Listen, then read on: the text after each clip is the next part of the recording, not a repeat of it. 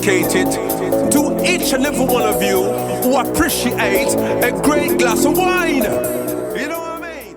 It's Monday. Let's raise a glass to the beginning of another week. It's time to unscrew, uncork, or saber a bottle. And let's begin exploring the wine glass. Today, I'm thrilled to welcome Greg Allen, owner and winemaker of Cuatro Dias Winery in Paso Robles. Greg's story is as bold and inspiring as the wines he crafts. Before stepping into the vineyard, Greg spent years serving as a firefighter, dedicating himself to protecting lives and communities. But even in the midst of the Firehouse chaos, his passion for winemaking quietly burned. That passion eventually ignited into a full-blown journey, and Cuatro Dias was born, named after the 4-day firefighter shifts that shaped his life and gave him time to dream big. Now Greg pours his heart into every bottle, blending the strength of the past with the creativity and finesse of his present. Today, we'll explore his transition from the fireline to the vineyard, his philosophy on winemaking, and of course, the magic behind Cuatro Dias wines. While you're listening, it would be greatly appreciated if you could take 1 minute to subscribe, rate, and review. It only takes a few seconds of your time, but means so much to the show. Also, please be sure to check the box for automatic downloads so that new episodes of Explore the Wine Glass show up in your next up feed. The next best way to support Explore the Wine Glass is to tell your friends. If you enjoy the podcast, your wine-loving friends will too. Follow me on all the socials, and finally, don't forget to head to the website, exploringthewineglass.com, to read the blog and sign up for the newsletter to keep up on all happenings. Sláinte! Hey everybody, I'm Lori Budd, a UC Davis winemaking program, Spanish wine scholar, sommelier service, champagne and Côte d'Aron specialist, and a WSET Level 2 graduate. You can find Exploring the Wine Glass on all the socials, as well as your favorite podcast catchers. If you haven't subscribed yet, now's the perfect time to swipe, subscribe, rate, and review. Stay in the know about all things wine by visiting my website, exploringthewineglass.com. I promise I'll never tell you what to drink, but I'll always share what's in my glass. You are so special, you even in the Bible. Hey everybody, welcome to another episode of Allure of the Poor. I am back in Paso, should just say still in Paso. And I am sitting down with Greg Allen of Cuatro Dias Winery. And welcome. Thanks for having me. So always my first question is, what is the origin story? What on this good name's earth made you decide to go into wine? It wasn't my full-time career.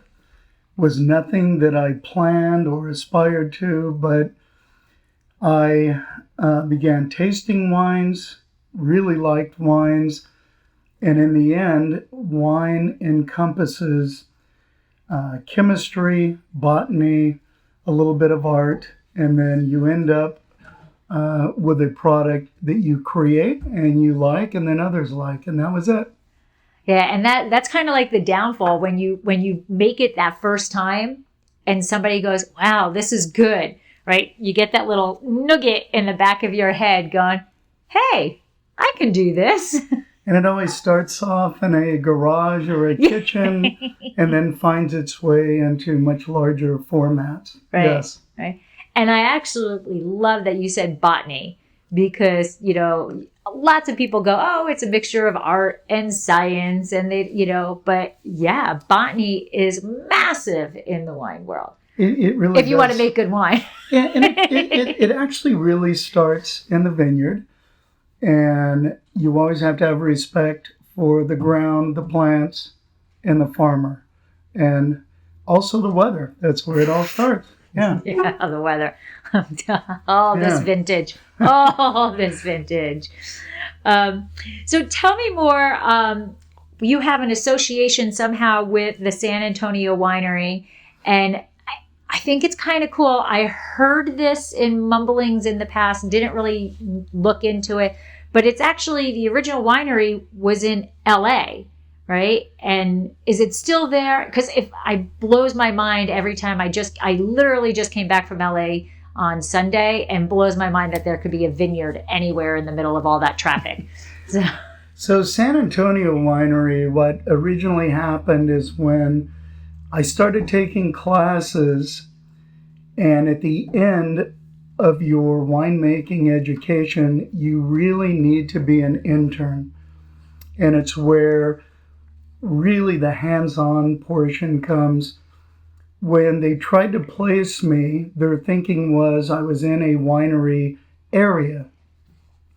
And when I told them I lived in the Los Angeles area, my options were going to end up being Temecula, maybe even Malibu.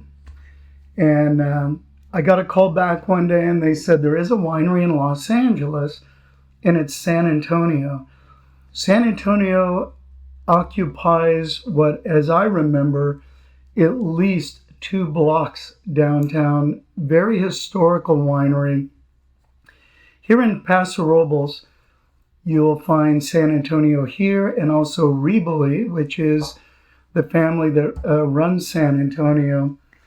My issue is when you try and make small lot craft wines and you show up at a place like San Antonio, it is totally a different type of winemaking. There's no vineyards there, but they are scattered everywhere here on the Central Coast. They pick up, they would oftentimes press whites and bring them down on tractor trailer, and we would take care of the wines there. I would recommend for anybody to go down, take the tour. It's very historical, massive tank farms. Anthony Riboli, owner, how many generations they're into it is amazing. But a great winemaker. They had 2 winemakers there, and I showed up and they assigned me to those guys, and great lab there, but they do everything, stem to stern, and it was totally something I needed. I needed to see that type of winemaking, yeah. Okay. So they're processing someplace else and then bringing the juice down to LA, or they're processing in LA? They do a little of everything there, but they were pressing whites here in Paso Robles, putting them on tractor trailer, drive them in, and then you would offload and pump them into tanks. Okay. And they are very organized. They have great wines. Typically, not only do they make their wines, but they're making for other people. But it was one of the best educations I could have had. But I had to balance that with my full-time career, and there was always a stumbling block one way or the other there. Right. So, because we'll get into your full-time career, but it blows my mind. I'm like, okay, so they're processing there, so they're picking fruit, and then they're sitting in LA traffic to get the fruit to the winery. Oh yeah, tractor trailers. Anyone that knows that, and if you drive on any of the highways here on the Central Coast, you'll see readily 6,000-gallon tractor trailers moving wine from point A to point B. Yeah. And so perfect lead-in about your full-time job. So first of all, thank you very much for your service as a first responder. I give special kudos to everybody who chooses that as a career. How did you decide that was going to be your career? And were you young when you're like, yes, I'm going to be a first responder? Or you're like, this sounds good, I can save people? What led you that path? When you're 6 or 7 years old, everyone wants to be a fireman. No different for me. Few people follow that all the way to the end. And I did that, and I was lucky enough actually to get the career. Great career. Not everybody gets it. And for anyone listening that is in law enforcement, as we always say, police and fire have one thing in common. We all wanted to be firemen. So I always give them a dig, but they're great. But at the end of the day, I was lucky enough to have that career. Did well over 25, 26 years. I was a firefighter, paramedic, and an arson investigator. Wow, that must have been interesting. Yeah, there were so many things. But again, we're back to chemistry and things like that again. But great career. Really lucky to have it. I just recently retired, and now one thing doesn't get in the way of the other, of course. What is recent? How recent? It was about a year ago. Oh my God, really recent. Very hard career to leave. And that career, much like winemaking, is a lifestyle. Mm-hmm. It is more than just going to work. It encompasses so many other things. Right. Yeah. My uncle was a firefighter in New Jersey. And I'm going to say Hoboken, but I'm not sure that's the town he actually was the firefighter in. Yeah. But it's a lifestyle, because those are your brothers or sisters now, you know. It's true. And you really are, you know, you're watching each other's six, you're watching each other's back all the time. The time, yeah. Great people. And you're right, it's chemistry. You know, there's a lot of chemistry you need to know. I'll say like Backdraft, right? That was like the first movie that I've ever seen that actually talked a little bit of that chemistry of how, the science of a fire and how it works. And you're not just going in there and blasting down doors with a fire hose. You need to be processing what's going on. Tons of thinking go into it. And as a paramedic, there's drug dosages, and the fire department world is very much procedural. Mm-hmm. And you're doing a lot of the same things over and over. You're always learning. The wine world is also procedural, but you're also still learning. But there's a million more decision packages that come in. And I between you and I together, we could do a year's worth of podcasts on the process of winemaking and all the decisions. And it's painstaking sometimes. Right. Fire department, you have to make decisions very fast and be very accurate. Winemaking, a lot of that is the same thing. Yeah, absolutely. So how difficult was it to juggle the career and the passion? It was tough. I would had to be here during harvest. I would save up my vacation time. I would trade with guys to put time on the books in order to be here. And they all knew that at harvest, I needed the time to be here.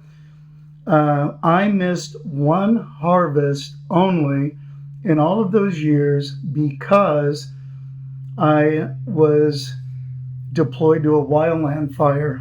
And I missed harvest that year. What? Yeah, and there's no there's nothing you could do. That was always my first real, that was the first career, first priority. I felt terrible about missing a harvest. It put you behind, as you know. Yeah. But at the end of the day, you were saving a lot of people's lives, and we were out there protecting the property, and I just had to come to terms with I missed the harvest. Right. And so have you always made wine in Paso?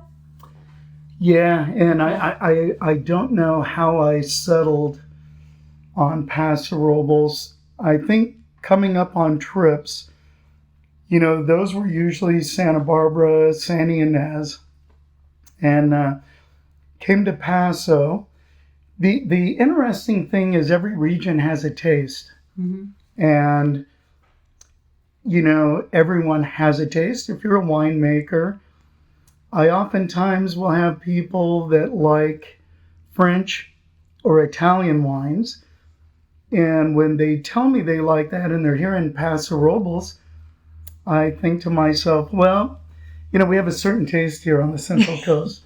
If that's what you're looking for, you should buy a ticket and go to France. Taste wines there. But at the end of the day, there are so many wineries, somewhere in the neighborhood of 400 here. Yeah. There's something for everybody, and you could find your taste. But I loved the a little bit higher alcohol, bigger wines, and, the full taste that you get here. And then this is where I kept coming back over and over. Yeah. And so the name of the winery is Cuatro Dias. And I am infamous, if you listen to the podcast, I am infamous for coming up with the story in my head. And then it never turns out to be the right story. But the story that came in my head, because I was looking at your website and you're talking about how the balancing between the two, that you would work long hours at the fire department and then come here to do that. And I'm like, okay, so he's got 4 days to do everything he's got to do. Am I right? You're very close. All right. There's a little more to it, though. So firefighters, typically, we work 2 days on and 4 days off. Oh. And so there was the 4-day idea, but what a lot of people don't know is if you have any outside employment, you fill out a packet of papers and it goes to the fire chief and can go to City Hall, and they make a decision on whether you can have a side job or not. Oh. They could say no. So at the time, I was an intern, I was down at San Antonio, and I thought, I want my own label. I want to make my own wines in smaller lot. And I took it to the chief, and he's a Spanish guy. And he read it and he said, I just don't know about this. And he held the paperwork. And I would come back and ask him, did you sign that? Are you going to sign it? Finally, one day he got tired of hearing that, signed it, threw the paper over to me, and he said, I don't give a damn what you do as long as you do it on your 4-day. So he actually inspired the name. And, nobody's ever going to buy a wine that says 4-day on the label. So I had to put a little bit of a spin on that name. But that's how I got to it. Oh, all right. All right. So I was sort of close. That might be the first time ever. Yeah, that was close.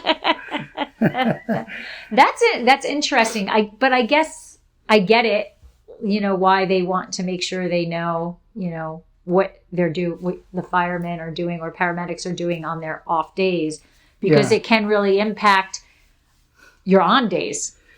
Well, not only that, but, there's a standard for policemen, firemen, people in city work, and you are beholding to your department, the people you work with, the people you work for, the taxpayer. Mm-hmm.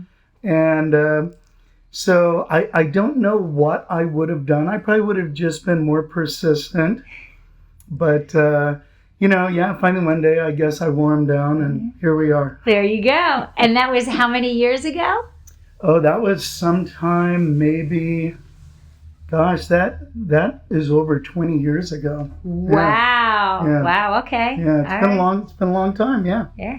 And so being in Paso this long, or seeing the wine industry for this long, what would you say are some changes, either positive or negative, changes from when you first started here to today? And are you 100% in Paso now? Are you living here, or? I still live in the South Bay, Los Angeles area. Okay. I'm in live in Palos Verdes Estate, Okay. So I go back and forth. I live here during harvest, but the wine industry now, and anyone listening to this, and especially generationally, people taste different things, and they like different products. Right now, it seems that people are buying like canned. Yeah. That's bubbling, a new thing. Yeah. Yeah. And, when you're looking at those kind of things, you can either stay true to what you're doing, or you could venture out and try and make those things. I'm here to say everything that comes along behind wine or plain liquor, that'll never change. Wine's been around since the beginning of time. Yeah. And you could add a lot of things. I believe these things come and go all the time. And you see it in the market. So the thing you don't see go away is wine, bourbon, all the things that have been around since the beginning. So I think this will go for full circle, will come back around. I think the positive in wine, there's so many positives, and anybody making wine, you have to stay on the cutting edge, keep educated, go to seminars, listen to podcasts, you listen to UC Davis offers, there's always something to learn and improve on. Then there are products. For instance, you might use Lafort products, Enartis. There's always new things, and those items or those products are so scientifically based and tested. You have to stay on the cutting edge of everything. And here in Paso Robles, many, many people do that, and it shows in their wines. Yeah. Absolutely. So you source all of your fruit. Source everything. Okay. Why do you see this as an advantage, and how do you find your vineyards? So sometimes the vineyards find me, but if I could go to somebody's tasting room, taste something I really like, and it's a vast majority out there of, you walk in and taste a Cabernet, and you ask the winemaker or the owner where they got it, and typically they can give you somebody's name and number, and you could go get it. So there are places I've worked with for a long time, and you go back to them, but there's a curiosity of what is over on that other hill, and is that Cabernet better than this Cabernet, or is that Syrah better? I've sourced as far out as Monterey County. I've sourced out of San Ynez. And the thing about wine is there's a million combinations. It's like trying to open a combination lock every time and having to try different numbers till you can open it. And that is maybe something you hold on to, but very, very difficult. And then the season changes, the water changes. Sometimes the fruit is better one year than the other. Then there's the products that you use on it. So there's so many different combinations to get where you want to be. And then I take in what I still call it to this day, the stray dogs.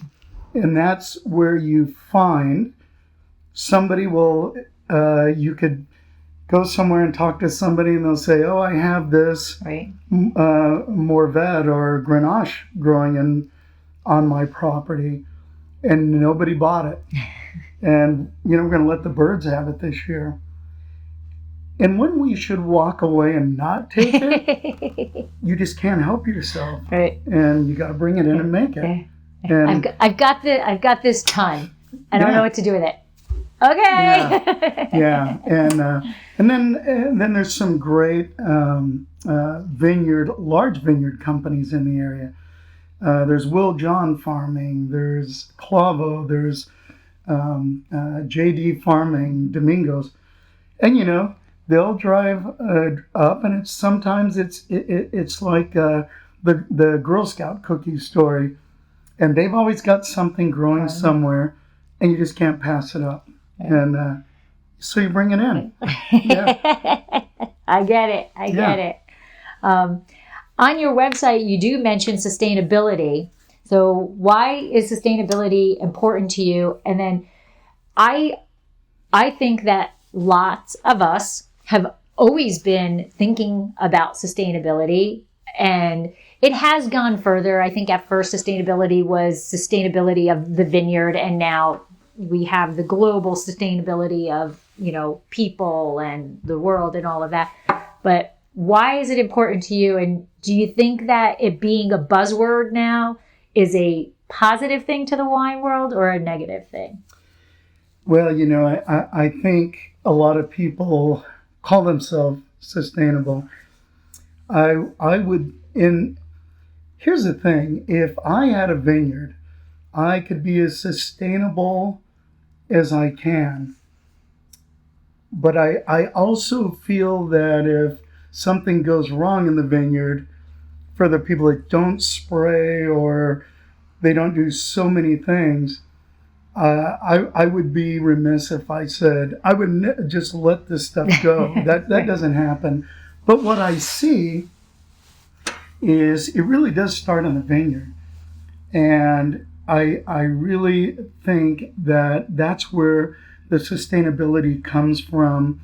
And there's more and more, especially the large farming companies or even the small folks that can manage it, do really great work right now on becoming sustainable. But I think people looking for, just sustainable stuff, it just depends on what level you want to go to for that. And would you pass up a great wine if you knew that they were spraying or killing gophers out there or whatever the case? But I do see a huge movement out there in this. And, I believe you have to.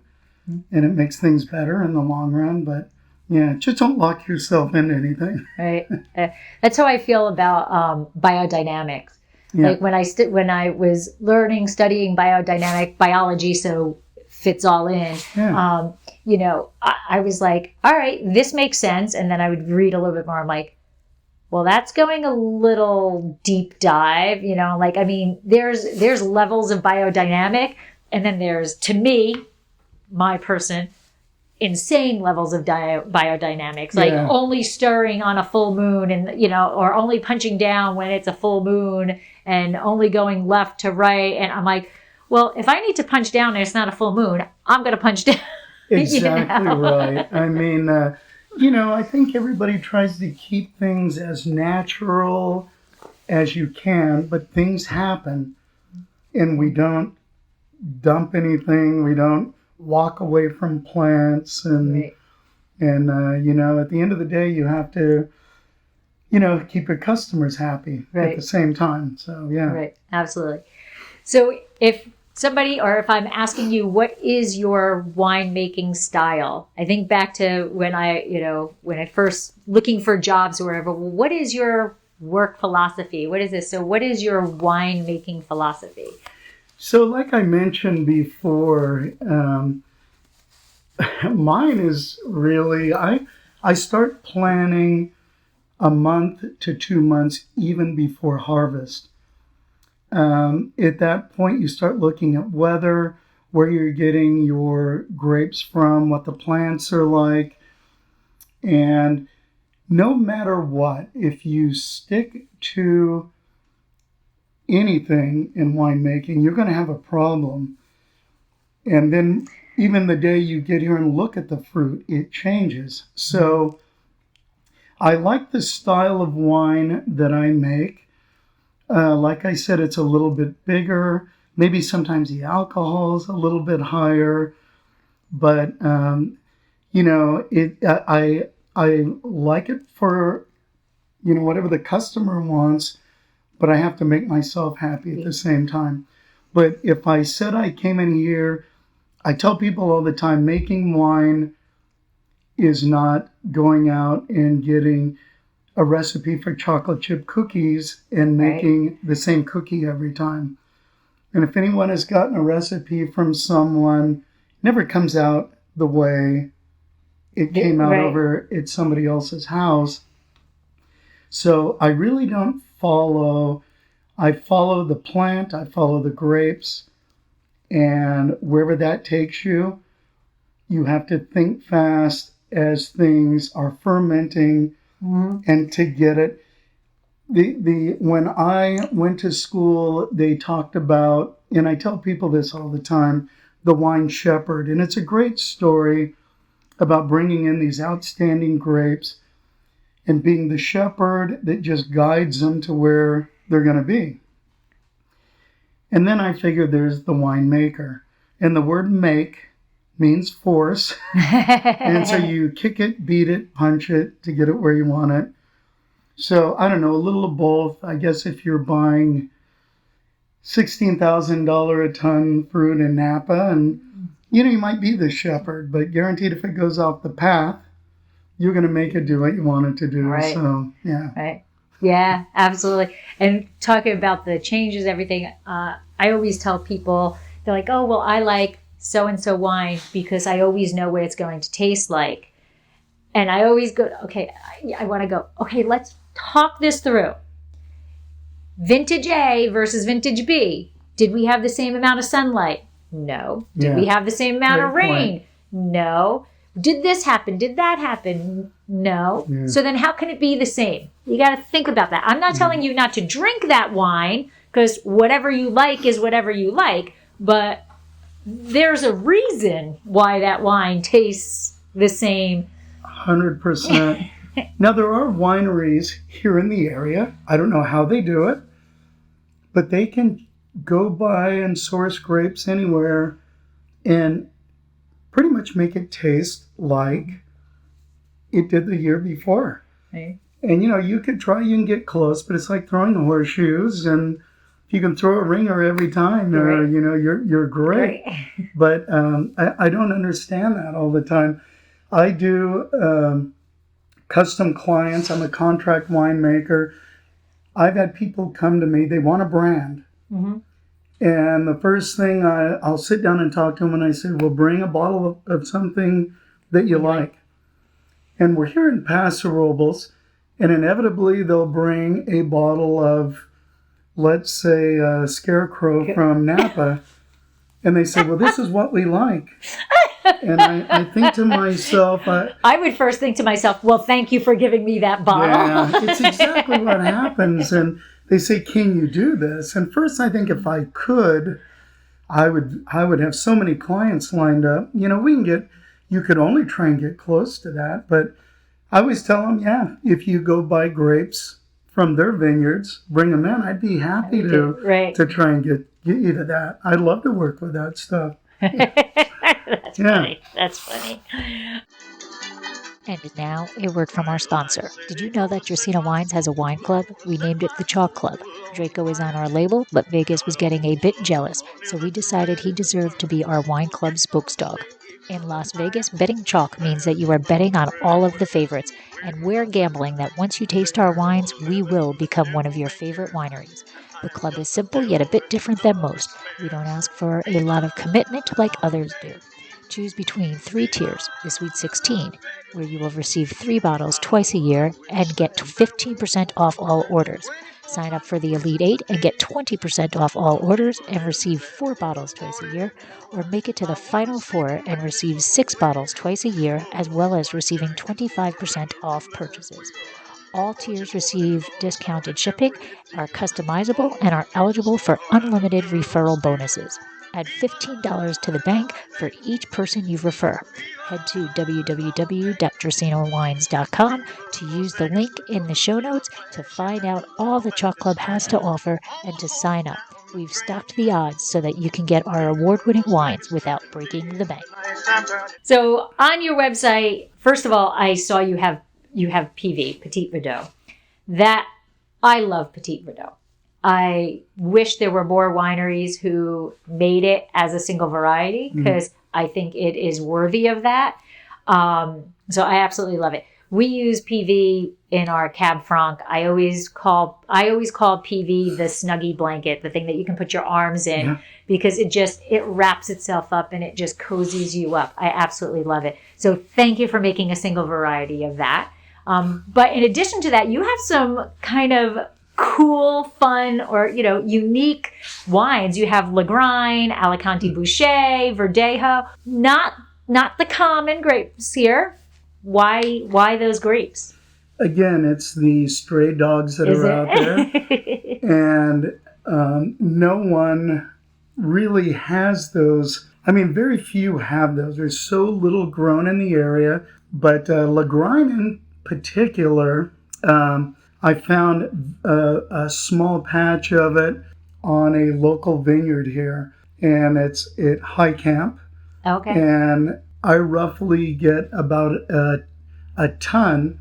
Unfortunately, they did take it out, so I didn't get it this year. Oh. And then going out and trying to find it is tough, but I think I have 2 or 3 vintages. There, and Alicante Boucher, I remember, was one of Will John Farming came in and said, "Oh, I've got Alicante out on the west side."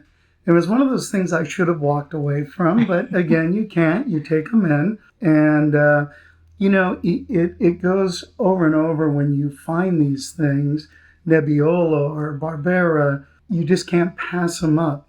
Now, I have a distributor in Los Angeles, and he handles Orange County, LA, and I'll tell him, "Hey, good news, I've got Lagrine coming," and he goes silent.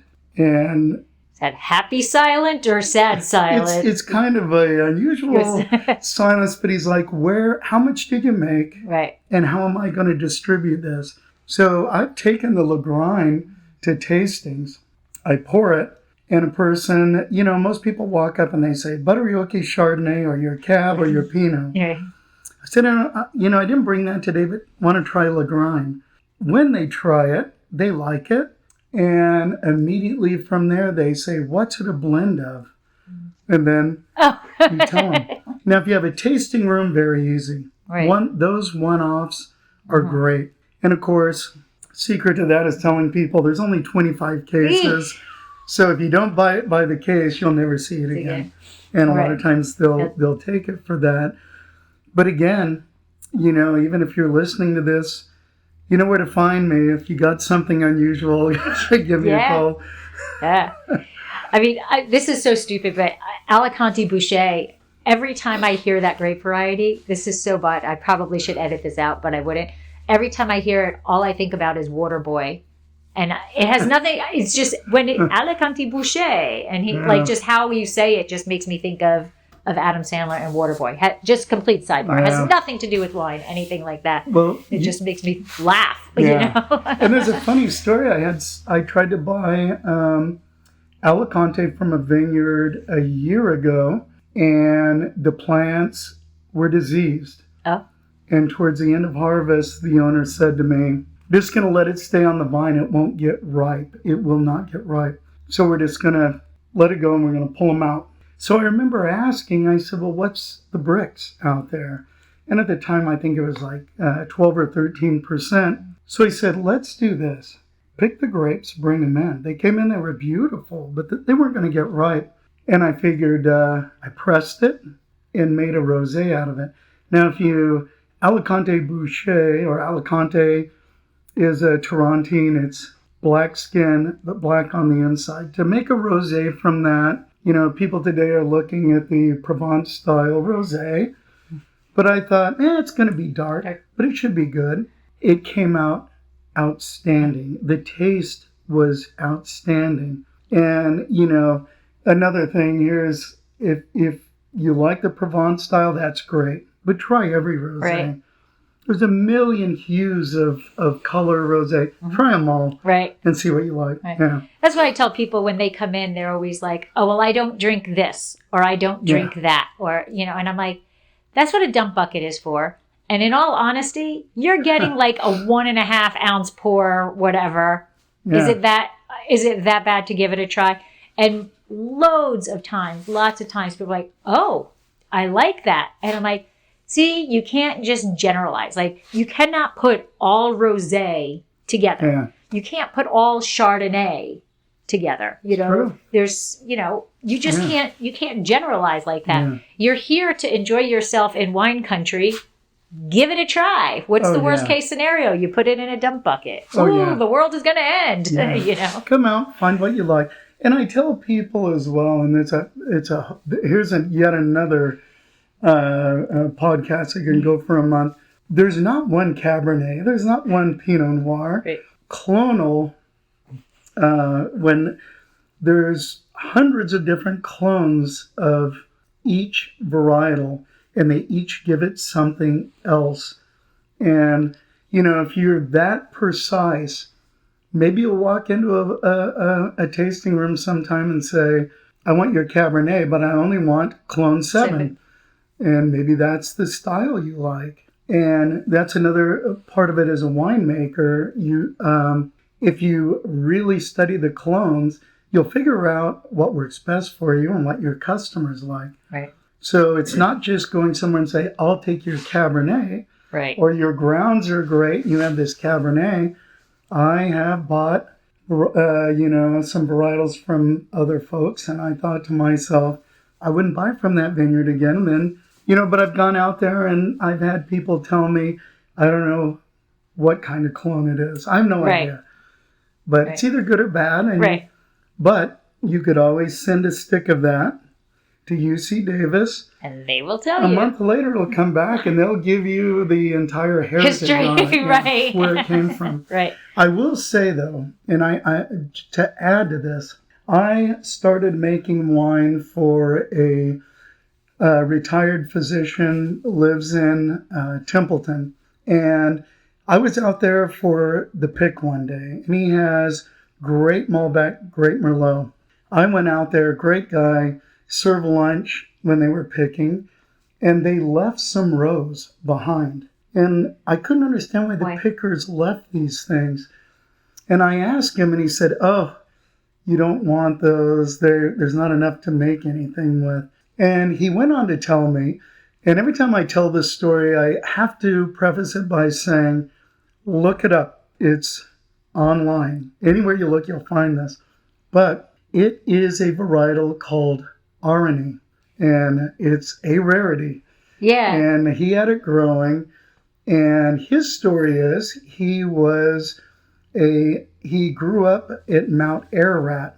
When he left and became a physician, these cuttings came from Mount Ararat. They believe them to be, and they've been carbon dated and looked into, and they believe them to be a portion of Noah's original cuttings near the ark. Oh, wow. So they gave them to him. He put them in the ground, and I thought, again, I cannot pass up anything like this. So I ended up having them pick, and now we put them in small portions into the Malbec and co-ferment all together. So there's such a piece of history, and it means so much to him and tastes great. Wow. So if you ever see there's Arani Blanc, which is the white, but I just threw it on. Do you know how to spell it? How do you? Areni, Arani. Oh. Yeah. Oh, okay. Yeah. Yes. Yeah. Okay. But another thing, you should taste it, and I have. Yeah. Yes, I have. Now, there you yes. go. It's so unusual to find these things. I actually have 2 in my cellar. Oh, they were given as samples, so they've been Coravined, and they're very good. Yes. Yeah. But I was so lucky to get those cuttings, and in the historical background with those cuttings, and I was thinking when I bottle this.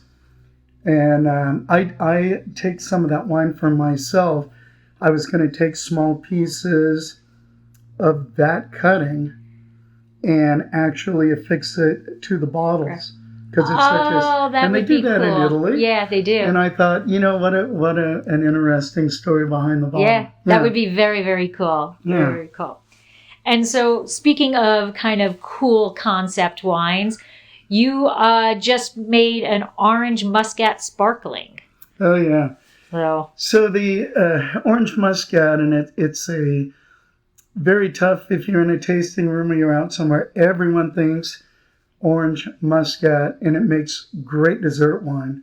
If you've never had that as a dessert wine, you got to try it. But I source those grapes from Fourth Sister. Here in Paso. They have it growing out. There's a bunch. And what happened is they're not making dessert wines out of it. So I pick it early, and I make a orange Moscato out of it. Okay. And, it's about 11 or 12% alcohol, but it has that great citrus, orange and tangerine. The nose is great. So I make that standalone. And by the way, if you put out a cheese board, it's the best thing that you can have with that. Comes out great. But I split the batch, and I took a tank of that over to Tackett Winery over in San Miguel. That guy's a master of making sparkling. Okay. It was made into a brut. So you make the base, take it over, he finishes it out for you, and it really is nice. Wow. For Sister has it, because that's where I bought it. And then I have mine also, and that's just being released now. Wow. And always remember at the end of Muscat and Moscato, two different things. Yes. One will be kind of off dry, and the other certainly comes in like a 375, and you're pouring that baby over ice cream. And 18% alcohol, and the sweetness is there, but it's also very good. Yeah. Yeah. I just love the aromatics. Yeah. It is such a beautifully aromatic wine. And I made... Or grape, I should say. Oh, yeah. And it adds to... I blended a little on... I made a Malvasia, and I blended a little Chardonnay, and then at the end I blended a little bit of the orange Moscato on it, and it turned out to be a beautiful aromatic wine. Yeah. Yeah. Well, you're picking things that have lots of pretty aromatics into it, so. Well, that's what white wine should be, really. Yeah, absolutely. And if we go into your blends, you've got Civil Servant, Sins of Our Past, Space Captain. Love the names.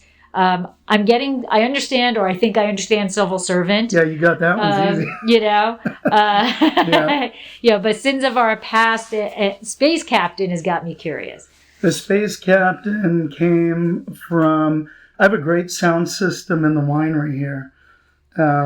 At the time, I was blending wines one night late prior to bottling, and putting blends together to a winemaker is one of the best times, but one of the most confusing times. But that night, and of course, I'd been drinking all along because you got to taste everything.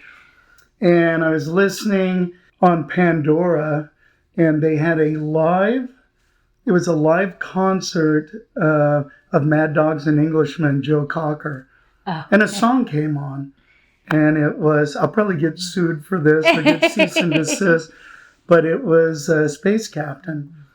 And that song, and there's probably people listening to this that know what it's about, but it's about two groups coming together somewhere and they cannot get away.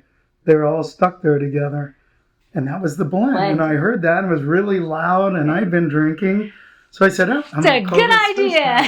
Yeah. Now, Sins of Our Past, I don't know if you want me to go on that? Yeah. Oh, no.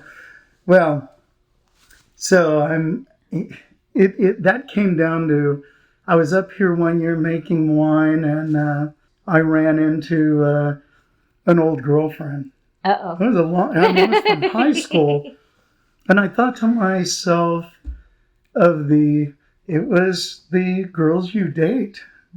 And you see them now, and they're great. They've moved on, and they've done way better than they would have with me. And I thought to myself, what did I miss? What did I pass up all those years? And then that came to me. Sins of Our Past is, All right. There you go. Does she know she was the inspiration of that? I realized at one point that, you go back, and there's a forgiveness in going back and saying, hope I didn't mess your life up, but here I am. Yeah. That's awesome. So where do you see Cuatro Dias in the future? What are your goals for the winery? Just keep going, be true to the taste and the process, and whatever fads come around, like I said, wine's not going anywhere. It started in the beginning. We're going to be back to the basics of wine. Just keep making it. I'm looking now. I'm retired. I want to put a tasting room in here, and then you're closer to customers and having a good time and closing that door, but then having much more time. I pick up a lot more custom clients. I love if somebody wants a brand built. They're retired. They want a brand built from stem to stern. Not a problem. And after all these years, it seems much easier to do that now. Okay. But, I think all in all, I just keep doing what I'm doing and having a good time. As long as it's fun, you keep doing it. Exactly. There's no misery in this. Exactly. Yeah. Exactly. Well, there is.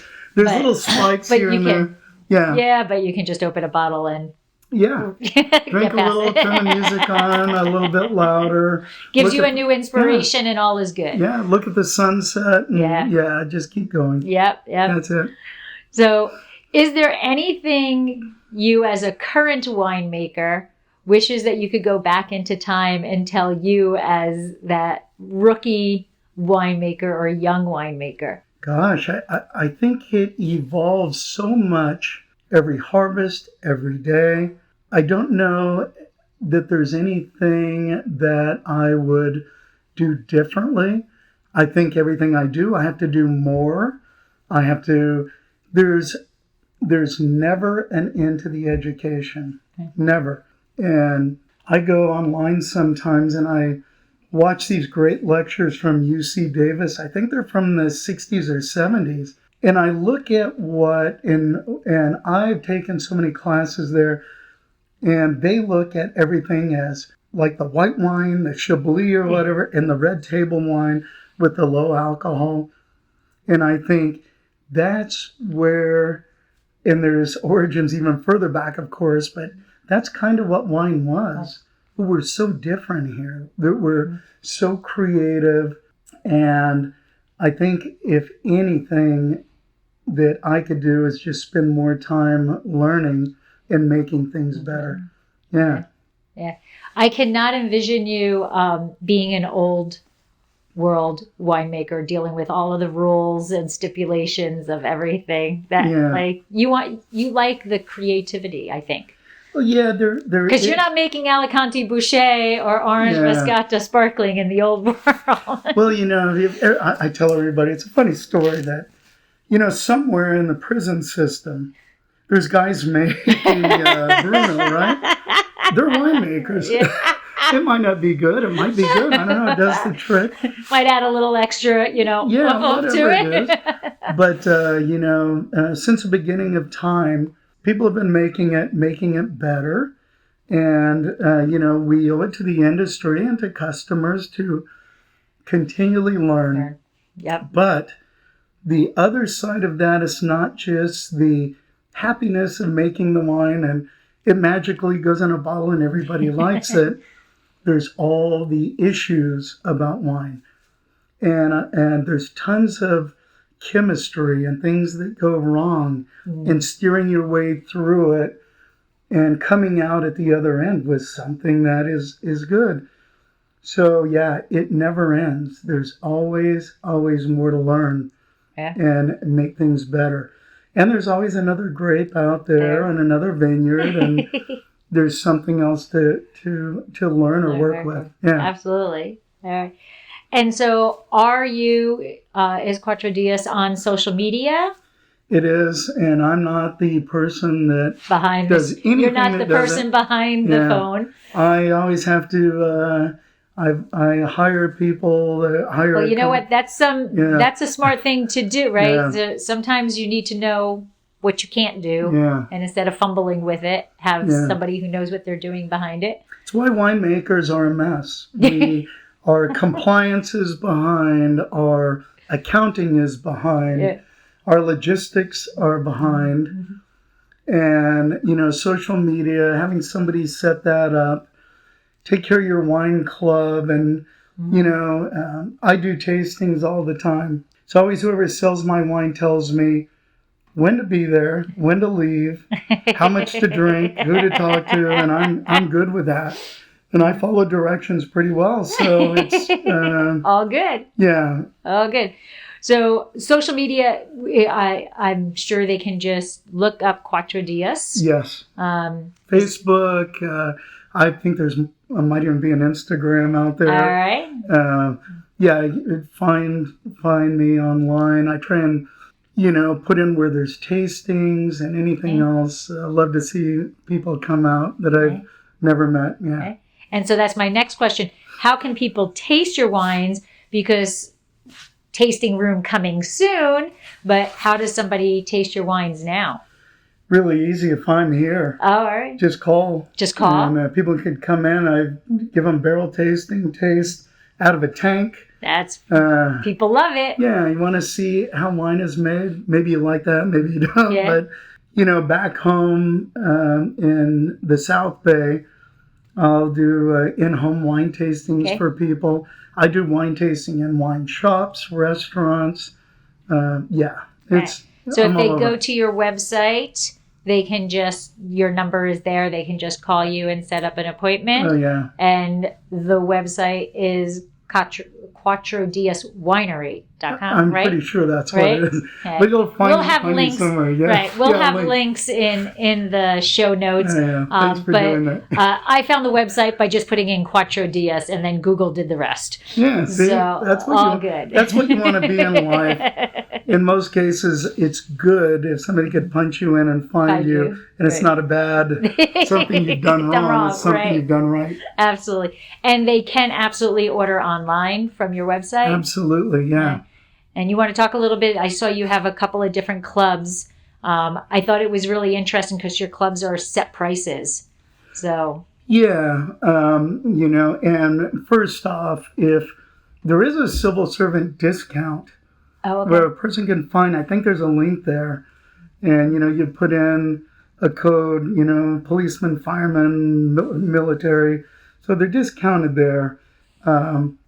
But the wine club, we just figured we would make choices and put them in and try and keep the pricing the same.